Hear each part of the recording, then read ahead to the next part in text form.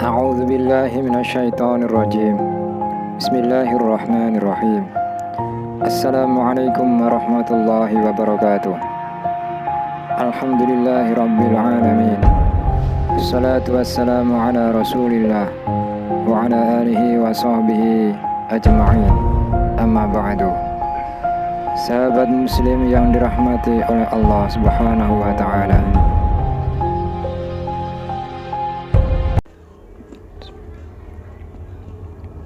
Allah Subhanahu wa taala berfirman, A'udzu billahi minasyaitonir rajim. Innallaha wa malaikatahu yusholluna 'alan nabi ya ayyuhalladzina amanu shallu 'alaihi wa sallimu taslima. Sesungguhnya Allah dan para malaikatnya bersolawat untuk Nabi. Wahai orang-orang yang beriman, bersolawatlah kamu untuk Nabi dan ucapkanlah salam dengan penuh penghormatan kepadanya. Quran Surat Al-Ahzab ayat 56. Kali ini kita mau mengisahkan di antara keutamaan membaca sholawat. Dan kisah ini kita ambil dari kitab Ats-Thimar Al-Yani'ah dan At-Tadhkirah karangan Al-Qurtubi tentang seorang anak yang selamat dari siksa kubur karena sholawat. Dahulu, ada seorang anak perempuan yang semasa hidupnya jarang menjalankan perintah Allah. Walau demikian, ibunya senantiasa menyayanginya, bahkan hingga sang anak pergi meninggalkan dunia ini. Pada suatu hari, sang ibu mendatangi Imam Hasan Al-Basri radhiyallahu an, tidak lain dengan tujuan mengadukan keadaannya yang sangat merindukan putrinya. Ia berkata, "Wahai Syekh, putri saya telah meninggal dunia dan saya ingin sekali menemuinya dalam mimpi." Mendengar hal itu, Imam Hasan pun memberi solusi.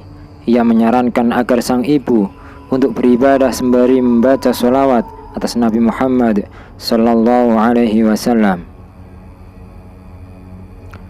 Imam Hasan pun berkata, "Salatlah 4 rakaat ba'da Isya.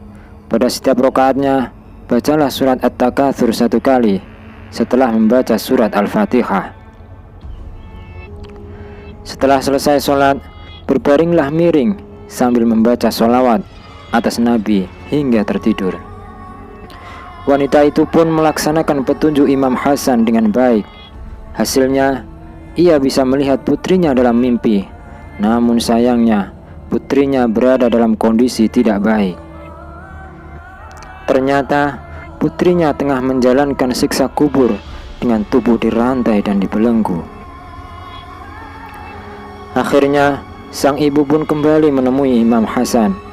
Ia menceritakan kondisi anaknya yang dilihatnya dalam mimpi. Ia menangis kala menyaksikan putrinya dalam kondisi yang sangat tersiksa. "Wahai Syekh, apa yang harus saya lakukan?" tanya.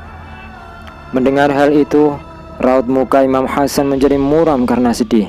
Beliau menyarankan, "Bersedekahlah untuknya." Wanita itu melaksanakan sarannya. Hingga suatu malam, Imam Hasan merasa seolah-olah berada pada sebuah taman-taman surga yang dijanjikannya. Di taman itu terdapat singgasana yang diduduki oleh seorang gadis cantik yang mengenakan mahkota dari cahaya. Gadis itu lalu menyapa Imam Hasan, "Apakah Anda mengenaliku?" Imam Hasan menjawab, "Tidak." Si gadis kembali bertanya, "Aku adalah putri dari wanita itu." Mendengar hal itu, Imam Hasan terheran-heran dan sontak tidak percaya. Kemudian berkata, "Tapi ibumu menggambarkan padaku kondisimu tidak seperti ini. Kau dulu tersiksa dan menderita. Bagaimana itu bisa terjadi?" "Ya, memang aku dulu seperti itu," si gadis mengakui. "Lalu berkat apakah kau bisa memperoleh karunia ini?" Imam Hasan bertanya lagi.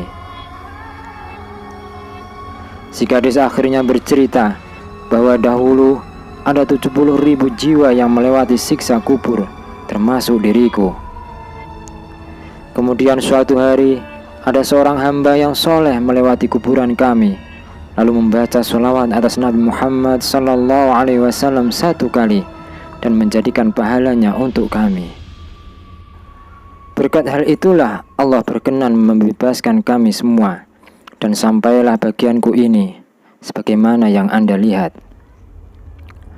Kisah ini menggambarkan betapa hebatnya keutamaan dari sholawat Nabi, termasuk amal baik lainnya bagi penghuni kubur. Sahabat muslim yang dirahmati Allah, ada satu kisah lagi yang tak kalah hebatnya. Pada suatu masa, hiduplah seorang yang cukup saleh. Ia selalu melanggengkan bacaan sholawat Nabi setiap harinya. Ia sendiri kerap bertemu Rasulullah SAW dalam mimpinya. Ia diperlakukan dengan sangat hangat oleh Rasulullah SAW pada setiap perjumpaan itu. Tetapi perjumpaan kali ini sungguh sangat beda. Ia bermimpi melihat Rasulullah SAW, tapi Rasulullah bersikap dingin. Rasulullah SAW tidak menoleh kepadanya dan tidak menyapanya sama sekali. Lalu ia memberanikan diri untuk bertanya, "Wahai Rasulullah, apakah yang mulia sedang murka terhadapku?" "Tidak," jawab Rasulullah SAW. "Lalu mengapa yang mulia tidak sudi memandangku?" "Karena aku tidak mengenalimu," kata Rasulullah SAW. "Bagaimana mungkin yang mulia tidak mengenaliku?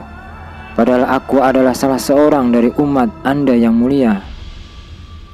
Sementara ulama yang menjadi ahli waris yang mulia telah meriwayatkan bahwa yang mulia lebih mengenal umat yang mulia sendiri dibanding pengenalan ibu terhadap anaknya. Mereka itu benar, hanya saja kau tidak mengingatku melalui sholawat, sementara daya pengenalku terhadap umatku bergantung pada kekuatan mereka membaca sholawat kepadaku, kata Rasulullah SAW. Ia pun terbangun, hatinya begitu sangat sedih, tetapi ia menyadari bahwa sudah sekian bulan ia tidak membaca sholawat kepada Nabi Muhammad. Kemudian ia bertekad dalam hatinya untuk membaca sholawat Nabi sebanyak 100 kali setiap hari. Ia pun kemudian membuktikan tekadnya dengan baik. Akhirnya, pada suatu malam, ia pun berjumpa dengan Rasulullah SAW dalam mimpinya. Ia disapa dengan hangat oleh Rasulullah SAW. "Sekarang aku mengenalimu dan aku memberikan syafaatku untukmu," kata Rasulullah SAW dengan penuh perhatian kepadanya. Tanggapan Rasulullah SAW yang begitu hangat itu dikarenakan dengan amalan selawatnya, dia buktikan diri sebagai pencinta Rasulullah SAW. Demikianlah sebagian sedikit kisah betapa luar biasanya fadilah orang yang istiqamah dengan ikhlas mengamalkan bacaan sholawat kepada Rasulullah SAW dalam hidupnya. Semoga Allah memberikan karunia kepada kita untuk selalu mencintai Rasulullah dengan selalu mengikuti sunnah-sunnahnya dan istiqamah mengamalkan bacaan sholawat kepadanya, yang akhirnya nanti kita berhak mendapatkan pengakuan sebagai umatnya dan juga layak mendapatkan syafaatnya yang agung. Amin, amin, ya rabbal alamin. Wallahu a'lam.